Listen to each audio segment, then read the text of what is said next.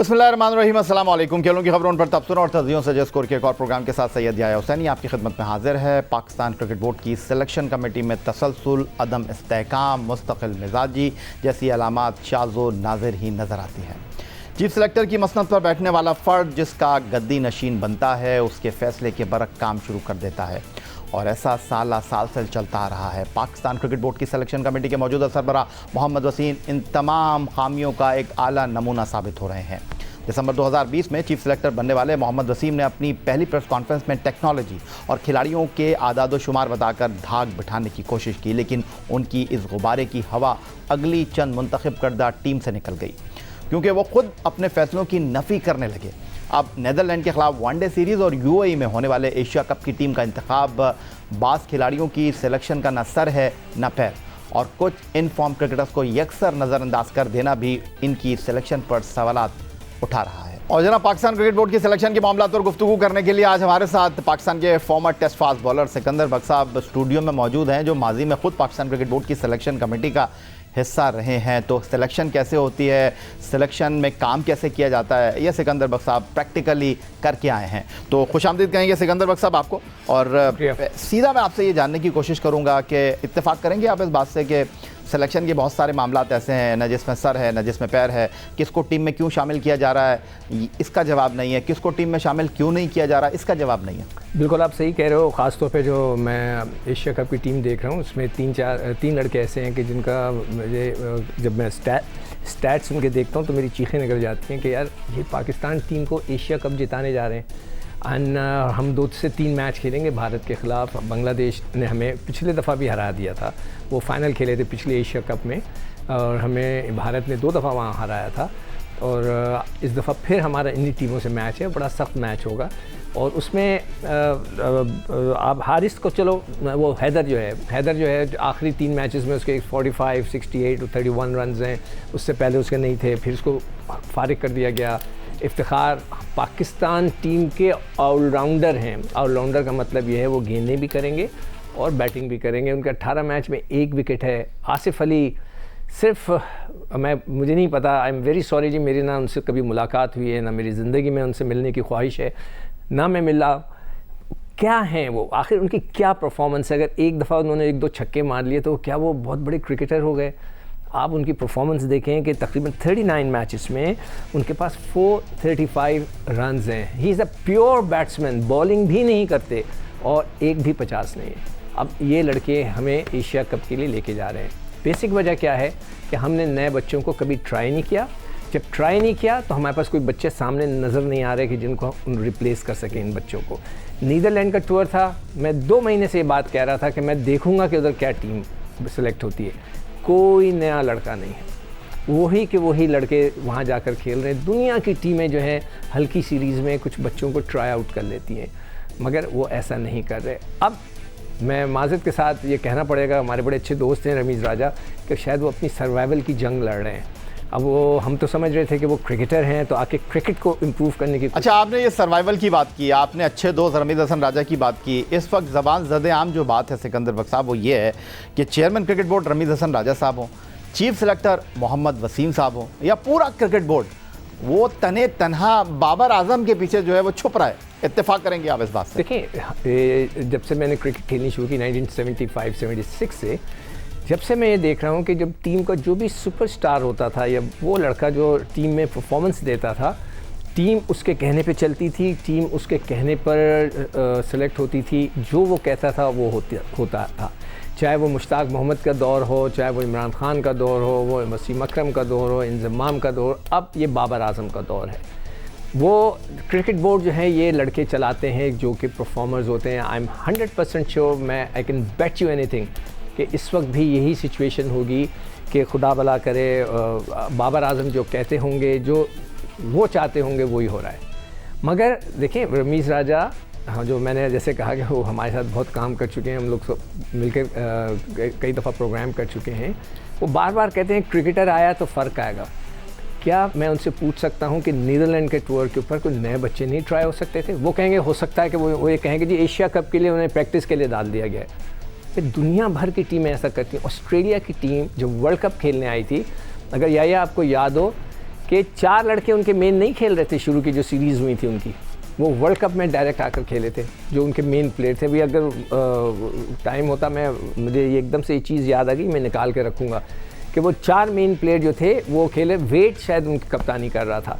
और इसी तरह टीमें बनती हैं। फिर उन्होंने जब टीम बनाई तो वो उन चारों को मिलाकर, और जिन्होंने अच्छी परफॉर्मेंस दी थी, उनके पास एक पूल ऑफ प्लेयर होता है।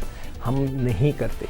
इस वक्त रमीज़ राजा अपनी बका की जंग लड़ रहे हैं। अगर एशिया कप में शायद 3 मैच हम इंडिया से खेलेंगे, 1 या 2 मैच बांग्लादेश से खेलेंगे, अगर उधर 19-20 हो गए तो मैं नहीं समझता कि वो सर्वाइव कर सकेंगे। इसलिए कि वो आए हैं इमरान खान साहब की वजह से, वो अब नहीं है पावर में, तो अभी वो सर्वाइव कर रहे हैं जैसे भी कर रहे हैं। और उनका सर्वाइवल ये है कि पाकिस्तान की टीम बाय हुक और बाय क्रुक मैचेस जीते, तो वो सर्वाइव करेंगे। तो यही चीज़ इस वक्त वो कर रहे हैं।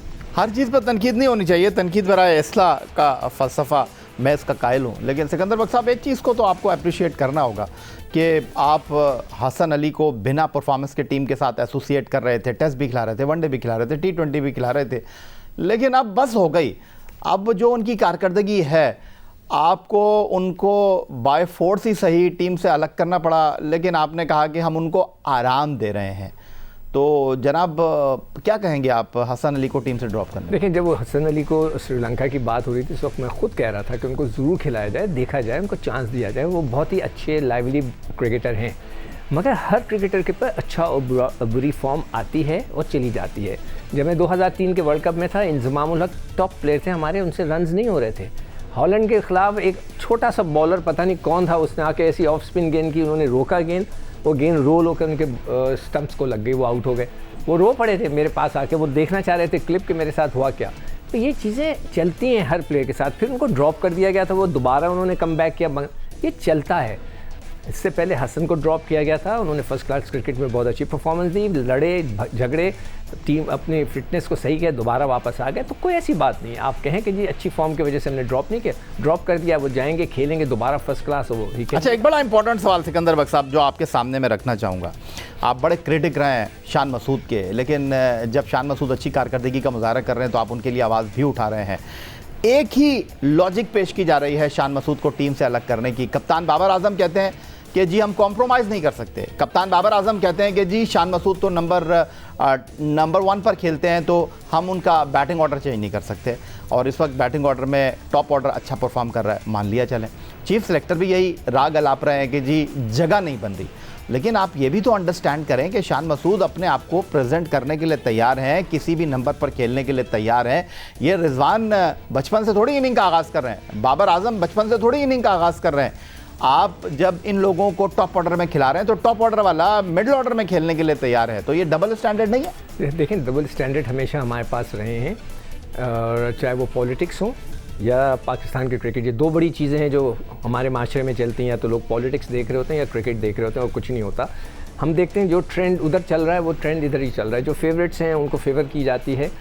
शान मसूद आजकल अच्छी फॉर्म में थे, राइट। मेरे ख्याल से उनको यहाँ नहीं बुलाना चाहिए था। वो काउंटी में रन्स कर रहे थे, खेल रहे थे, उनको वहाँ खेलते रहने देना चाहिए था। अगर बुलाया था तो खिलाना ज़रूरी था।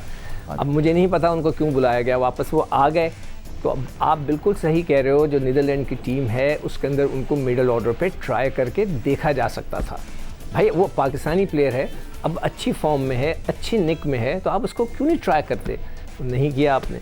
अब उनके लिए तो अब अगर आप सोशल मीडिया की बात करेंगे तो उसमें ये भी चल रहा है कि जी वो he can be a captain material, ठीक है, मगर अभी कोई उनकी जगह नहीं ले रहा है। हमारे जो टॉप प्लेयर्स हैं उनकी, तो उसको खिलाना चाहते तो वो खिला सकते थे, मगर कोशिश ही नहीं की गई। और वो टैलेंट अगर 1 आधा साल नहीं खेला तो वो ज़ाया हो जाएगा। और मैं हमेशा इस बात पे बिलीव करता हूँ कि जो लड़का जिस वक्त रन कर रहा है उस वक्त उसको खिलाया जाए। जैसे कामरान गुलाम ने पिछले साल एक रिकॉर्ड कायम किया फर्स्ट क्लास क्रिकेट में। अगर आपने खिलाना था तो उस वक्त खिलाकर उसको देख लेते। अब 1 साल से वो घर पे बैठा हुआ है, टीवी देख रहा होगा, खाना खा रहा होगा, ज़्यादा जाके प्रैक्टिस कर रहा होगा। अच्छा, आपने कामरान गुलाम की बात की। सऊद शकील को हम लेके ट्रैवल कर रहे हैं, उनको इंग्लैंड के खिलाफ खिलाया, उनको ऑस्ट्रेलिया के खिलाफ खिलाया। अब आपने दूध में से मक्खी की तरह निकाल कर उनको बाहर कर दिया है। और आगा सलमान जिनको आपने श्रीलंका में टेस्ट डेब्यू कराया, अब आपने उनको वनडे टीम में भी रख लिया है। तो ये क्या है? सर वही तो बात है कि आप किसको फेवरेट आपका है, कौन आपको पसंद है, ये ज़रूर आता है। इसमें मैं आपको ये बता दूं, ये सिलेक्टर का काम नहीं होगा। ये या तो इन लड़कों का होगा जो टीम चलाते हैं, या ये भी हो सकता है कि सेलेक्टर या चेयरमैन साहब को कोई बहुत बड़ी ऐसी कोई बात पसंद आ गई हो, जैसे कि वो हारिस के लिए पसंद आ गई थी कि जी इसको खिलाना ही खिलाना है, हमें एक बहुत बड़ा टैलेंट मिल गया है, जो कि फ़ेल हो गया बेचारा बच्चा। वो है इसमें टैलेंट, मगर वो कुछ ज़्यादा ही एक्साइटिंग है, तो थोड़ा उसको कंट्रोल करना पड़ेगा। तो इन दोनों के साथ भी यही है। अब अचानक सलमान आगा है ना नाम उसका, आगा सलमान अचानक बहुत फेवरेट हो गए हैं, और वो मैं देख रहा हूँ कि उनको बहुत ज़्यादा चांसेस मिल रहे हैं एज ऑफ स्पिनर। वो समझे जाते हैं कि बहुत ज़बरदस्त हैं।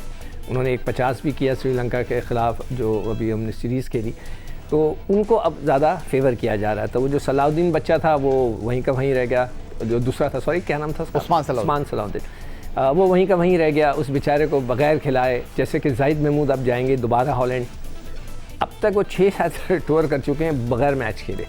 अब बस उसको खामोश कर दिया जाता है कि जी हम आपको साथ ले जा रहे हैं, यार अगर लेके जा रहे हो तो भाई खिला दो।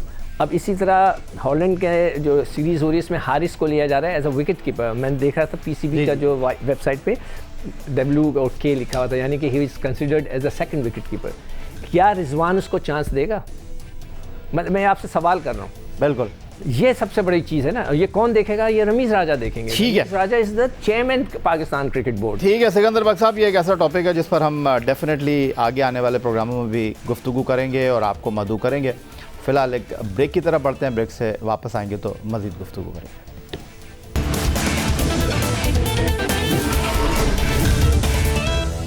पाकिस्तान वुमेन टीम पहली मरतबा इंडोर विमेंस एशिया कप में शिरकत कर रही है। 8 से 15 अगस्त तक इवेंट थाईलैंड के शहर बैंकॉक में मुनक्किद होगा, जिसके लिए पाकिस्तान हॉकी फेडरेशन ने 10 रुकनी ख़वातीन टीम का ऐलान किया। पाकिस्तान ख़वातीन टीम का कैंप कराची के अब्दुल सत्तार हॉकी स्टेडियम में जारी रहा, लेकिन पहले खिलाड़ियों को इंडोर की सहूलियात मैसर नहीं थी। फिर टीम को सामान के हवाले से मुश्किलात का सामना करना पड़ा। लेकिन वुमेन टीम की इवेंट में शिरकत के बाद मीडिया पर ये खबरें भी गर्दिश करती रहीं कि सिंध की सूबाई वज़ीर शैला रज़ा वुमेन टीम के साथ बतौर मैनेजर क्यों जा रही हैं। सूबाई वज़ीर तरक्की निस्वा शैला रज़ा पाकिस्तान हॉकी फेडरेशन में कांग्रेस के रुकन, सिंध हॉकी एसोसिएशन की विमेंस विंग की जनरल सेक्रेटरी और कराची हॉकी एसोसिएशंस की विमेंस विंग की चेयरपर्सन है। सिंध विमेंस हॉकी जो दहाइयों से अकरबा परवरी सहूलतों से महरूम रही है, इसके लिए शैला रज़ा ने भरपूर काम किया। उन्होंने न सिर्फ सिंध बल्कि कराची की सतह पर भी ख़वातीन हॉकी को फ़रोग़ देने में कलीदी किरदार निभाया। शैला रज़ा ने सबसे पहलू अंदरूनी सिंध के तमाम रीजन्स में बज़ाते खुद जाकर ख़वातीन खिलाड़ियों में बिला तफरीक हॉकी स्टिक और दीगर सामान तकसीम किया। लाड़काना में ख़वातीन टीम को गोलकीपर, शूज़, किट फराहम की। जैकबाबाद से ताल्लुक़ रखने वाली वुमेंस हॉकी टीम की एहसास महरूमी ख़त्म करके मज़कूरा क्लब को भरपूर सपोर्ट किया। सक्खर रीजन समेत भरपूर अंदाज में पूरे सिंध में ख़वातीन हॉकी की अलग अलग ग्रुपों में तकसीम को ख़त्म किया, उसे एक पेज पर लेकर आई। पाकिस्तान की तारीख़ में पहली बार वुमेंस हॉकी टीम के लिए बाकायदा वजीफ़ा मुक़र्रर करवाया। मुख्तलिफ स्पॉन्सर्स की मदद से 5 साल तक मुआहदे किए ताकि खिलाड़ियों को किसी किस्म की परेशानी का सामना न रहे, उन्हें तमाम सहूलियात मैसर हों। सैयदा शैला रज़ा की क़यादत में मलीर यूथ हॉकी क्लब के खिलाड़ियों ने सिंध असेंबली का दौरा भी किया। 23 जुलाई को लाहौर में होने वाले पहले chief of army staff inter club hockey championship में मलीर यूथ हॉकी क्लब ने शानदार कामयाबी हासिल की थी। ये 30 साल में पहली मरतबा है कि जब किसी इंटर डिस्ट्रिक्ट हॉकी चैम्पियनशिप में कराची के डिस्ट्रिक्ट मलीर ने 700 से ज़्यादा टीमों में दूसरी पोजीशन हासिल की। और इस वक्त टेलीफोन लाइन पर हमारे साथ जनाब मौजूद हैं शैला रज़ा साहिबा, जो कि सूबाई वज़ीर हैं सिंध की और कराची हॉकी एसोसिएशन की वुमेन विंग की चेयरपर्सन है। खुशामदीद कहेंगे शैला रज़ा साहिबा आपको।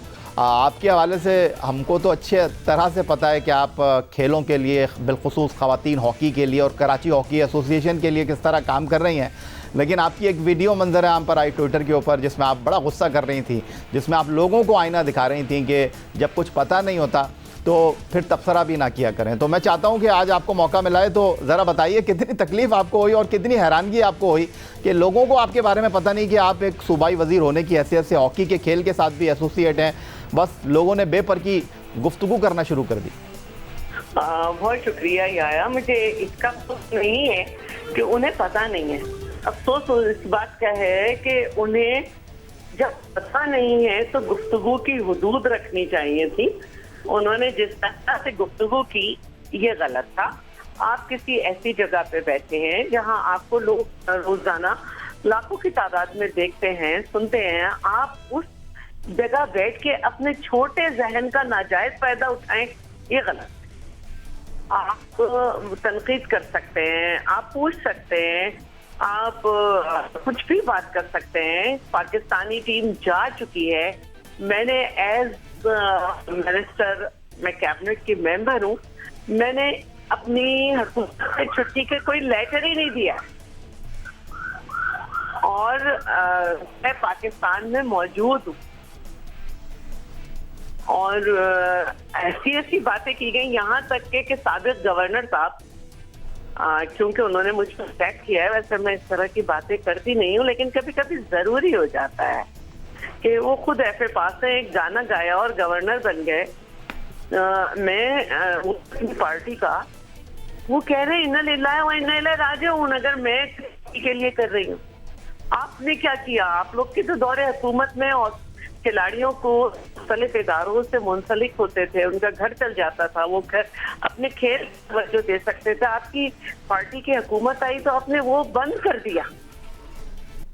हमने उसके लिए कोशिश करते रहे और मैं जानती हूँ कि बहुत से लोगों को पसंद नहीं आया होगा ये कि मैं एज मैनेजर भेजा जाए या मुझे मैनेजर बनाया जाए, लेकिन आप मुझसे पूछ तो लें कि मुझे लेटर मिला है या नहीं मिला है, मैं जा रही हूँ या नहीं जा रही हूँ, या आप ये अननोन जराए से पूछ लें कि भाई ये इस काबिल है या नहीं। अच्छा, वो जो शैला रज़ा साहब आपने एक वीडियो अपलोड की ना 2 मिनट की, उसमें मुझे एक बहुत अच्छी बात लगी। वो आपने एक आखिरी जुमला बोला, भाई मैं पैराशूट से लैंड नहीं किया मैंने।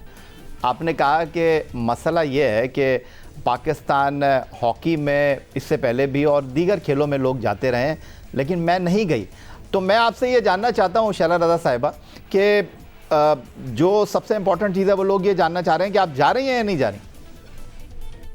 तो ये कि यही हूँ और मैं इसलिए भी नहीं गई कि सब जानते हैं कि जो मेरे एतराफ़ में कि मेरे हस्बैंड की 6 तारीख को सर्जरी हुई है। और दूसरी बात यह है कि मुझे एक प्रॉपर लेटर भी नहीं दिया गया कि मैं मैनेजर हूँ, और इसके अलावा एक लेटर निकला तो उसमें बस एक था कि कौन कौन लोग जा रहे हैं, तो उसमें लिखा हुआ था कि मैं एज मैनेजर हूँ। लेकिन बहुत पहले मुझसे तंजीला चीमा ने जब ये बात की थी तो मैंने कहा था कि अच्छा मैं चली जाऊंगी, देखूंगी, लेकिन फिर मेरे हस्बैंड गए और उसके बाद मुझे आसिफ बाजवा साहब बना के गए थे, लेकिन मुझे लेटर तो मिलना चाहिए था ना। तो शैला रज़ा साहिबा ये बता दीजिए कि टीम तो जा चुकी है थाईलैंड, अब आप टीम को ज्वाइन करेंगी बैंकॉक में या नहीं? जी मैं नहीं गई और मेरा इरादा भी नहीं है, क्योंकि जब मुझे ये बनाया गया था तो उसके दिन मुझे एक लेटर मिल जाना चाहिए था कि आपको बना दिया गया है। तो जानना ये चाहता हूँ शैला रज़ा साहिबा, आपने बड़े भरपूर अंदाज में अपना दिफा किया है और बड़े बबांगे दहल आकर वीडियो के साथ आपने जो है अपना मौक़िफ़ बयान किया है। तो हम उम्मीद करें कि आप इसी एनर्जी के साथ काम करेंगी, पाकिस्तान में हॉकी के फ़रोग़ के लिए खिदमत अंजाम देती रहेंगी और इसी एनर्जी के साथ कराची हॉकी एसोसिएशन के बच्चे और बच्चियों को ग्राउंड में लाने के हवाले से मुतहर्रिक रहेंगी। कि मैंने जो गवर्नमेंट ऑफ सिंध से जो है वो फंडिंग कराई है और एज जीएम जो है वो girls hockey team of Sindh, मैंने उस लेटर पे फंडिंग की रिक्वेस्ट भेजी, समरी भेज गई है मेरी और अल्हम्दुलिल्लाह वो गवर्नमेंट ऑफ सिंध ने कबूल की है। मैंने नहीं कहा कि मैं जी मैनेजर गई हूँ और मुझे साथ जाना है, मुझे छुट्टी दें। मैं उस समरी को जब मैंने मूव किया हुई तो मैं अपनी छुट्टी मांग सकती थी। मैंने दुनिया के 10 से ज्यादा ममालिक में मैं गई हूँ और मेरे लिए ये मसला नहीं है कि मैं किसी मुल्क में नहीं गई। ये उनके लिए हो सकता है जो बगैर कुछ ये कहीं लटक जाते हैं, हकलाते हुए आते हैं, फिर बोलने लगते हैं तो दूसरे पे बात करते हैं। मैं जो भी काम करती हूँ वो ग्राउंड पे लोगों को हमेशा फायदा पहुंचाने के लिए करती हूँ। कोई मिनिस्टर आपको ऐसे नहीं मिली होगी कि कैंप में भी आए, जो बच्चियों के जाके मैचेस भी कराए, जो उन्हें खुद स्टिक्स भी दे, जो उनका हाल भी सुने, जो उनके पास भी जाए। और मतलब मैं ग्राउंड में अपने बच्चों के साथ उतरी, जो सिंध की टीम गई थी 30 साल बाद। मैंने उनके पास पहुंचने से पहले मुख्तलिफ लोगों को फोन करके कि सिंध की टीम 30 साल बाद फाइनल में आ रही है नेशनल गेम्स में, तो हॉकी के मैच में, तो आप उन बच्चों की हौसला अफजाई करें। हमने 15 लाख रुपए जमा किए हैं बच्चों के लिए। तो मेरा काम है अपने मुल्क में वो सारे पॉजिटिव एस्पेक्ट जिससे पाकिस्तान का वक़ार बुलंद हो, जिसमें पाकिस्तान के लोगों को लोग जो है ये समझें कि ये जो है टेररिस्ट नहीं है, ये आर्ट है, ये स्पोर्ट्स लवर हैं। मैं उनको जो है एनकरेज करूं। मैं अपने बच्चों के साथ खड़ी होती हूँ। मुझे फख्र है कि ऐसा कैंप लगा जिसमें 3 जनरेशन खेल रही थी, लोग अपने बच्चों के साथ आ रहे। चले, बहुत शुक्रिया आपका शैला रज़ा साहिबा। हमारी नेक ख्वाहिशात आपके साथ हैं और आप इसी तरह तनदही के साथ, इसी तरह एनर्जी के साथ काम करते रहें और कराची हॉकी के लिए, पाकिस्तान हॉकी के लिए इसी तरह खिदमात अंजाम देती रहें। तो ये थी जनाब सूबाई वज़ीर सिंध शैला रज़ा साहिबा, जो कि आज अपने हवाले से गुफ्तगू कर रही थी, जिनके हवाले से ये बात हुई कि जनाब इनको गलत मुंतखब किया गया है। पहले तो उन्होंने कहा कि मैं जा नहीं रही, दूसरा उन्होंने कहा कि मैं पैराशूट से नहीं आई, मैं बाकायदा तौर पर हॉकी के साथ मुंसलिक हूँ, काम कर रही हूँ। यही आज का हमारा प्रोग्राम था। ट्विटर पर आप हमें फॉलो कर सकते हैं, फेसबुक पर हमारा पेज score.geo न्यूज़, जहाँ जाकर आप इस प्रोग्राम के क्लिप्स एक बार फिर देख सकते हैं और आप हमें ईमेल कर सकते हैं, अपनी राय से आगाह कर सकते हैं score@geo.tv पर। इस दुआ, इस उम्मीद, इस तवक्को के साथ कि पाकिस्तान में खेलों खिलाड़ी तरक्की करते रहें। सैयद या हुसैनी को स्कोर की पूरी टीम के साथ अगले प्रोग्राम तक के लिए इजाज़त दीजिए। अल्लाह हाफ़िज़।